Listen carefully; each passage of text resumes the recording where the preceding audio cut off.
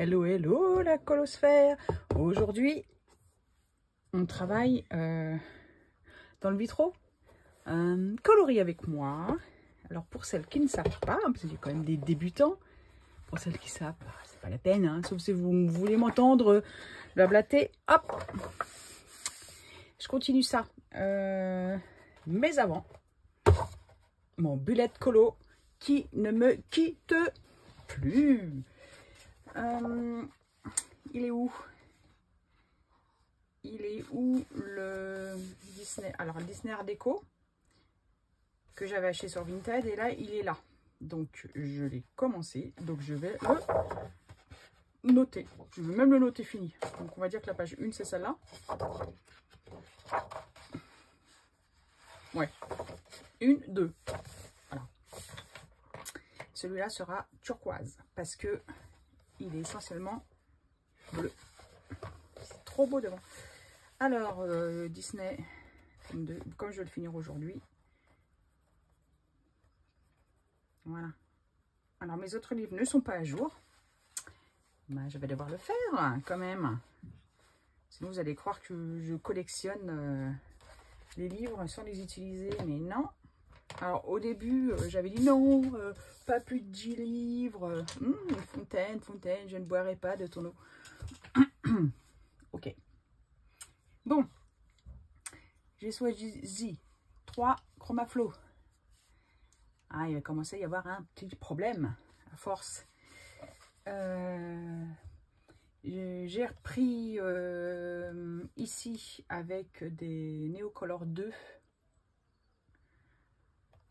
pour le rouge des cœurs, parce que mon Chromaflow rouge, il est comme ça, mais il est ailleurs. Alors, pour celles qui ne savent pas, vous pouvez, comme ici, cette case-là, faire en diagonale vert foncé, vert moyen, vert clair, et laisser le blanc du papier, et recommencer de l'autre côté, vert foncé, vert moyen, vert clair. On peut faire aussi le contraire, clair, moyen, foncé, ne pas laisser de blanc du papier. On peut faire un seul dégradé d'un côté de la case, foncé, vert, clair, sans laisser le blanc du papier. Voilà. Ici, un dégradé en prenant les points opposés sur ces quadrilatères. Et là, un seul côté sur ces 3 quadrilatères suivants. Ici, pas de blanc du papier. Ici, le blanc du papier. Ici, un dégradé en laissant le blanc du papier. Voilà. Donc, je vais vous montrer tout ça. Le but du jeu étant de faire ça. La couronne. Cela, je les ferai avec les tutos de Barbara Color. Mais je vous montrerai pas, hein, parce que c'est comme ça. Je vous montrerai le résultat fini. Et puis, quoi? Ah oui, je voudrais faire du doré. Et je sais pas. Soit de la peinture acrylique dorée, soit du stylo gel paillettes dorées. J'ai pas envie de colorier. Je voudrais que ça pète un peu. Et là, soit je fais version gel pailleté, voilà. Stylo Pentel, soit une version pierre précieuse. Je ne sais pas encore. Et en fait, c'est ça que j'aime bien dans le coloriage, c'est parce que on peut dire, bah, je vais faire ça, puis en fait, au fur et à mesure du process créatif et de son envie, ben, on fait pas. Ou alors on fait l'idée de départ. Ou alors ça part dans un truc dans lequel on n'aurait pas pensé à le faire. J'aime bien le vitro. Je n'ai pas le 1, j'ai le 2 parce que le 1 n'est plus édité. Et ce que j'aime, ce sont les pavages. Et pour moi, c'est hyper facile parce que c'est de la mosaïque. Et quand j'étais ado, j'ai adoré les mosaïques. J'ai adoré étudier les Romains. Notamment tout ce qui était sur Pompéi, parce qu'il y avait des mosaïques et des fresques. Et j'étais toujours étonnée de voir ce que l'assemblage de ces sels pouvait faire. Et évidemment, c'est ce qui se passe dans ces coloriages. En fait, c'est l'agencement de tous ces petits trucs, bah, ça fait quelque chose d'extraordinaire. Donc, je ne me suis pas encore lancée dans un de ces merveilleux dessins. Par exemple, Stitch, je connais pas du tout. Je ne sais même pas si c'est Stitch ou si c'est autre chose, parce que une espèce de créature à 4 yeux, là. Moi, il y a des dessins animés, je connais pas. Tout ce qui est moderne, ça. Inconnu au bataillon. Ça, Inconnu au bataillon, ça aussi. C'est dommage parce que je crois que dans le premier, il y a plus de choses. Oui, moi, ça se connaît. Ça, je connais pas. Donc, je pense que dans celui-là, ça, je love.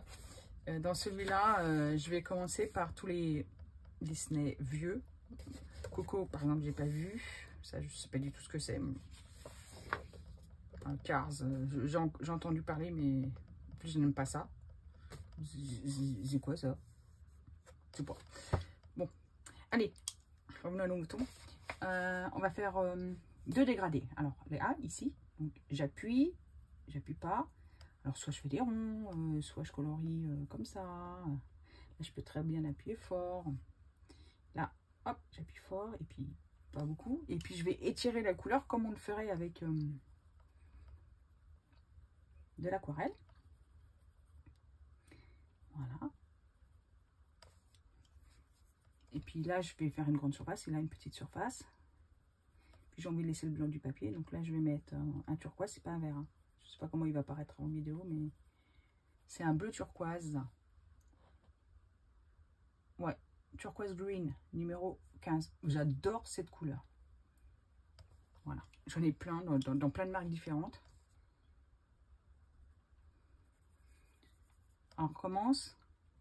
Moi, j'aime bien faire du foncé au clair, mais il y en a, ils préfèrent faire du clair au foncé. C'est vraiment une question d'habitude et comment on aime colorier. Voilà. Attention hein, que je ne fasse pas des traits sur la page de à côté. Je reviens un peu dessus, je peux revenir dessus si je veux, tant que je n'ai pas saturé le papier, c'est-à-dire il est tellement recouvert de cire, de pigments et de cire qu'on ne peut plus en rajouter. Voilà. Alors moi, je peux laisser le grain du papier, j'ai pas besoin de blender, c'est-à-dire écraser les pigments jusqu'à ce que ça remplisse même les petits creux du papier, parce que le papier, il n'est pas tout lisse, hein, en fait, il a des creux et des bosses. Ça ne me dérange pas du tout, puis j'aime bien les textures, en fait. Alors, un seul côté, donc là j'appuie pas. Je vais plus ou moins loin, suivant ce que je veux, puis je reviens pour appuyer un peu plus. Voilà, et puis là j'appuie quasiment pas. Je prends le deuxième. Voilà, je fonds un peu, j'appuie un peu, hop, j'appuie presque pas. Et puis, est-ce que je veux laisser du blanc du papier? Oui, donc je vais laisser du blanc du papier. Puis voilà. Comme ça. Et puis je continue. Et moi j'aime bien tenir 3 crayons. Généralement, je fais pas des dégradés à plus de 3 crayons. Je vous dirais même, tiens, je vais faire dans l'autre sens. Hop, foncé. Je vous dirais même, j'adore faire pas vraiment les aplats. Ça j'aime pas trop. Quoique là-dedans, ça s'y prêterait en fait, hein, de faire des aplats aussi. Mais j'aime bien faire des dégradés aussi d'un seul crayon. Ça m'évite de manutentionner tout ça. Et puis, et aussi parce que je trouve ça cool. C'est hyper, voilà, ça demande moins d'efforts, moins de manipulation. Le résultat n'est pas le même, certes, mais j'aime bien aussi. Alors, là, on a fait ici, donc on va faire là. Puis je vais aller un peu plus loin, là, de ce côté-là, et puis hop, comme ça. On va prendre le mouton moyen. Puis cette fois-ci, je vais mettre le blanc là. Alors, sur les vitraux, l'intérêt, c'est, si vous en avez déjà vu, et moi je vais souvent dans les églises pour aller voir les vitraux, parce que je trouve ça fantastique. Hop, et puis là, on va faire tout clair, mais on va laisser là le blanc du papier. C'est ça qui donne la luminosité. La luminosité, elle vient suivant les points de lumière. Viennent un peu partout sur les vitraux, ça dépend de la forme du vitrail, l'épaisseur, enfin voilà. Donc on peut se permettre dans ce genre de truc de faire des zones d'ombre un peu partout et pas les ombres d'un seul côté. Alors, on peut aussi, hein, c'est une manière de faire. Bon, en fait, tout est libre. L'important, c'est de faire ce qui nous plaît. Voilà. Le foncé, le moyen. Là, j'appuie pratiquement pas. Hein. Ce qu'il y a, c'est que ça va aller plus dans les creux du papier. Hop, et là, on appuie presque pas. Ça fait de la couleur. En plus, il y a une belle luminosité. Le temps est orageux, donc il est couvert. Et du coup, ça fait une super luminosité comme la lumière du Nord, en fait. Je pense que pour filmer, c'est la meilleure des lumières. Il fait tout moche, il fait tout gris. Voilà. Voilà ce que ça peut donner. Maintenant, je vais faire cette case avec le départ très foncé. Là, j'appuie moins. Là, j'appuie fort et je vais en diagonale et j'appuie moins. Le ton moyen. Je reprends ici. J'appuie moyen et j'appuie presque pas. Ah oui, c'est vrai que j'avais débordé là. Hop. Donc, on va englober ça dans le vert et ça ne se verra plus. Puis là, je vais faire du bleu. Donc, comme il y avait du bleu là, je vais revenir ici. Et là, je vais pas trop en mettre. Là, je vais faire plutôt comme ça. Et puis, il va falloir tailler les crayons. Parce que alors là, ça craint. Il faut appuyer fort pour que ça rentre un peu dans... Pour que ça marque un peu, pardon. Donc, n'aime pas. Alors, on va prendre le taille-crayon de compétition. J'adore. Sauf que les dents marquent les crayons. Et ça, j'aime pas. Hop. Ça fait des points. C'est dommage, hein. Ah, ça comme ça.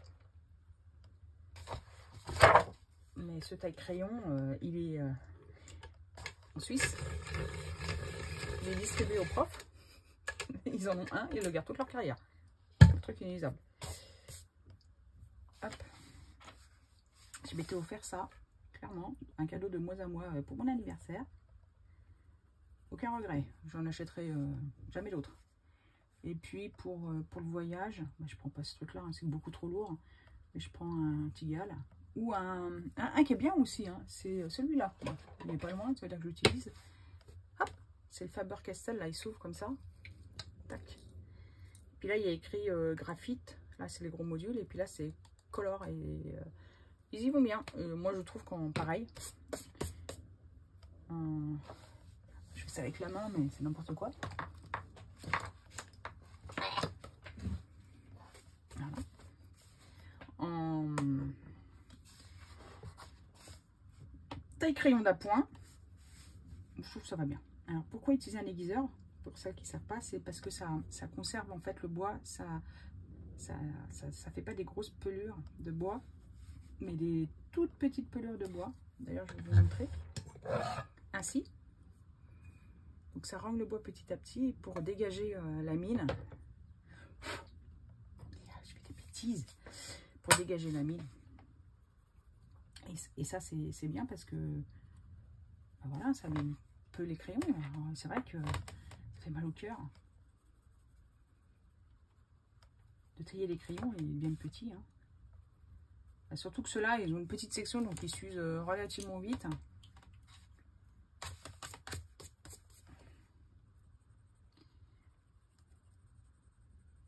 Voilà, foncé, moyen. Éclair. Et là, on va pas laisser de... Voilà, on va pas laisser le blanc du papier. On va laisser un peu tout ça. On avait dit deux foncés. Donc là, on va faire un foncé. C'est pareil, hein, vous verrez pas la caméra, mais il y avait l'aquarelle qui avait sali en fait le papier. C'est pas grave, je vais mettre le foncé dessus, donc ça se voit plus. On peut même faire encore plus foncé en mettant une petite pointe de noir si on veut. Si l'on souhaite. Voilà. Ce qui est bien avec là, les vitraux, c'est que le line est tellement épais, parce que ça ressemble aux cernes qui tiennent les petites tesselles en verre, là. Enfin pas tesselles, mais parce que ça c'est pour la mosaïque. Allez, on va tout faire comme ça. On voit bien que c'est bleu. On va venir un peu. Là, on va revenir. Et là, on va revenir. En fait, vous arrêtez quand vous voulez, quand vous jugez que c'est bon. Voilà.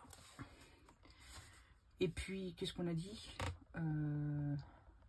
Foncer à l'intérieur. Foncer. Pas foncer. On va faire vers le cerne. Hop. Moyen. Toc. Éclair.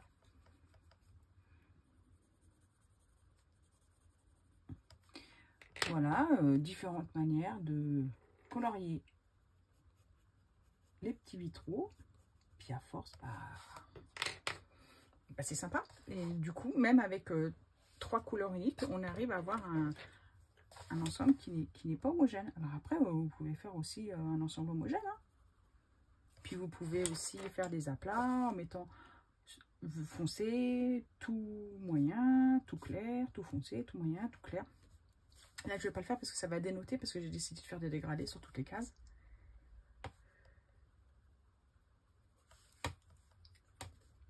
Mais c'est une possibilité. Parce que ce ne sera pas en adéquation avec les autres.